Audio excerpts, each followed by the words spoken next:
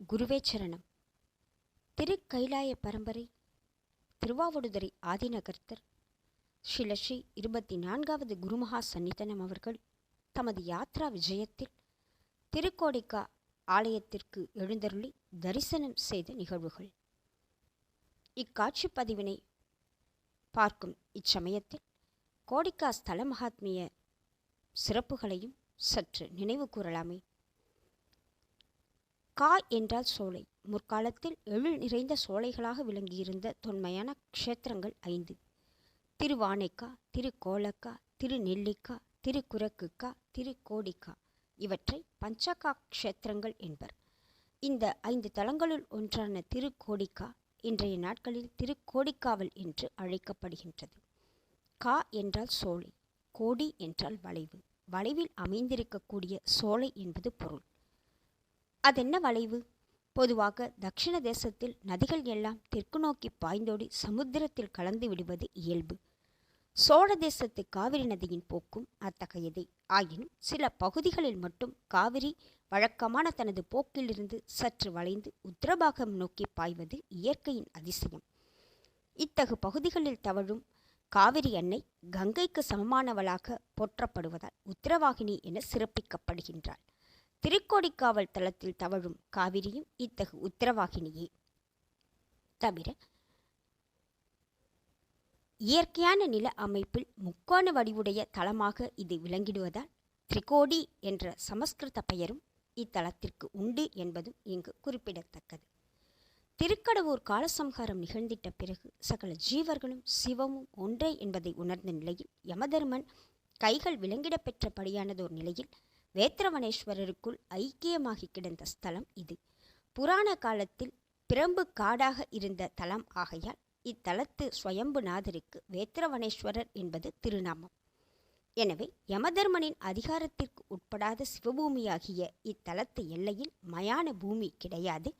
இறந்தவர்களுக்கான இறுதிச் சடங்குகள் காவிரியின் எதிர்கரையில் நிகழ்த்தப் பெறுவதுதான் இன்றளவும் வழமையாக இருக்கின்றது. இத்தலத்தில் உடலை உதிர்க்கும் ஜீவர்களுக்கு யம வாதனை யம தண்டனை கிடையாது. எப்படிப்பட்ட பாவங்கள் செய்தவர்களும் இத்தலத்தில் மரணித்தால் அவர்களுக்கு மோட்சம் கிடைத்திடும் என்பது கோவில் புராணம் சொல்லும் தகவல். தூர்வாச முனிவரும் அகஸ்திய முனிவரும் தங்கியிருந்து பூஜித்த ஸ்தலம்.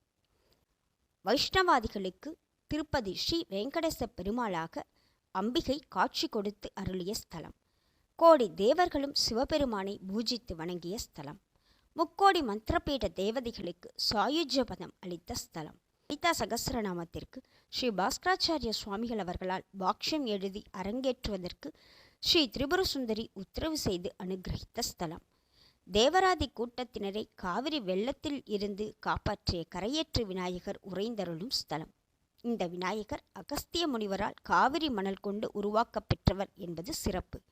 சனீஸ்வரர் பாலஸ்வரூபமாக அருளும் ஸ்தலம். சித்திரகுப்தன், யமதர்மன் ஆகியோருக்கு தனித்த சந்நிதி விசேஷம் உடைய ஸ்தலம். நந்தியம் பெருமான் தம் கும்பினால் கீறியதால் உண்டாக்கப்பெற்ற ஷிங்கோத்பவ தீர்த்தம் உடைய ஸ்தலம். பெரிய பிராட்டியார் சிவஞான செல்வி செம்பியன் மாதேவியார் அவர்களால் திருப்பணி செய்யப்பட்ட முதல் கட்டளை ஸ்தலம். பைரவர் வடுகற்கோலத்தில் அருளும் ஸ்தலம். துலாபார நேர்ச்சை செய்யப்படும் சிவஸ்தலம்.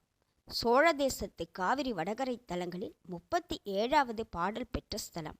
அத்தன் கோடிக்காநாதர் எனப்படும் வேத்திரவனேஸ்வரர் திருக்கோடீஸ்வரர் என்று போற்றப்படுகின்றார்.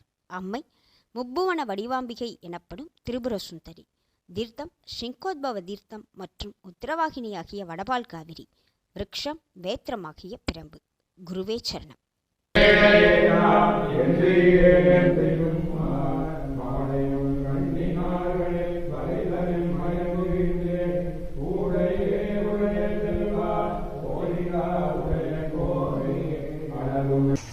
ஓம் நமோ நம பகவதி